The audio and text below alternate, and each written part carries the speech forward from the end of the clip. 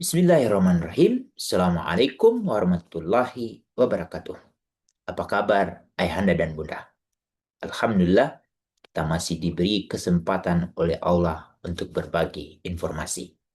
Insya Allah, hari ini kita akan membahas sesuatu yang sangat penting. Setiap kali anak kita mengklik setuju di aplikasi menjelajah media sosial atau mengisi formulir daring, sebenarnya mereka sedang meninggalkan jejak. Jejak digital yang kalau tidak dilindungi bisa membahayakan mereka. Untungnya, Indonesia sudah punya payung hukum yang penting.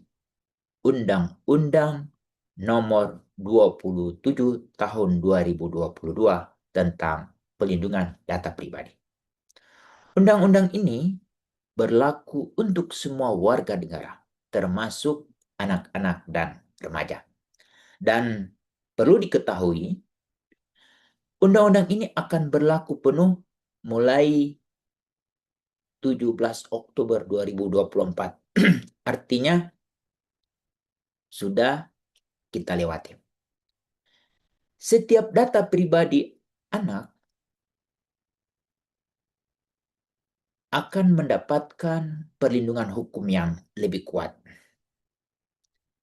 Dalam undang-undang ini, data pribadi anak termasuk dalam kategori data pribadi spesifik.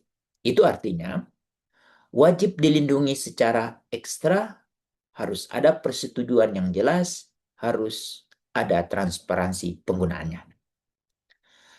Pasal 4 ayat 2 menyebut bahwa data pribadi anak dan remaja tidak boleh digunakan sembarangan. Jika anak ingin membuat akun di aplikasi tertentu, pihak aplikasi harus menjelaskan dengan jelas tujuannya. Mau ikut survei, harus jelas siapa yang menerima datanya. Contohnya, anak kita ikut kuis online, lalu diminta mengisi nama lengkap, nama sekolah, hingga alamat rumah. Tanpa perlindungan, data itu bisa dengan mudah disalahgunakan. Pasal 22 menegaskan bahwa pengendali data wajib meminta persetujuan dari orang tua atau wali jika pemilik data adalah anak. Jadi, tidak bisa sembarang mengambil dan menyimpan data anak di bawah umur.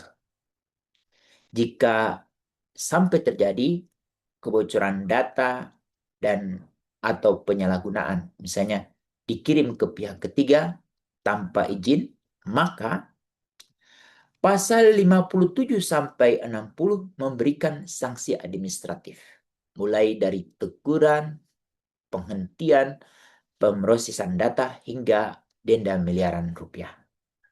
Dan bila masuk kategori pelanggaran pidana, pada pasal 67 menyebut bahwa pelanggar bisa dikenai hukuman penjara hingga 5 tahun karena mengakses atau menggunakan data pribadi tanpa hak. Mengapa ini penting bagi kita sebagai orang tua? Karena anak-anak kita mungkin tidak menyadari risiko dari sekadar mengunggah foto, mengisi data, atau ikut giveaway dari media sosial. Kita sebagai orang tua perlu tahu siapa yang menyimpan data anak kita. Untuk tujuan apa data itu digunakan? Apakah bisa dihapus jika kita merasa tidak aman? Jawabannya adalah bisa. Pasal 5 memberikan hak bagi pemilik data untuk mengakses, memperbaiki, hingga menghapus data pribadi yang pernah diberikan. Jadi mulai sekarang, mari lebih berhati-hati. Mari kita dampingi anak saat mereka berinteraksi di dunia digital. Peran kita sebagai ayah dan bunda sangat penting. Mengajarkan anak untuk berpikir sebelum mengklik dan memberi mereka perlindungan jika hak digitalnya dilanggar. Saya Hamid 45 dan ini adalah suara kepedulian untuk masa depan digital anak-anak kita. Karena perlindungan data pribadi bukan hanya soal teknologi, ini soal kepercayaan. Ini soal keselamatan anak. Yuk, coba kita cek aplikasi apa saja yang pernah diberi akses kamera, mikrofon, atau lokasi anak kita. Mari bersihkan bersama, mari lindungi bersama. Demikian, Assalamualaikum warahmatullahi wabarakatuh.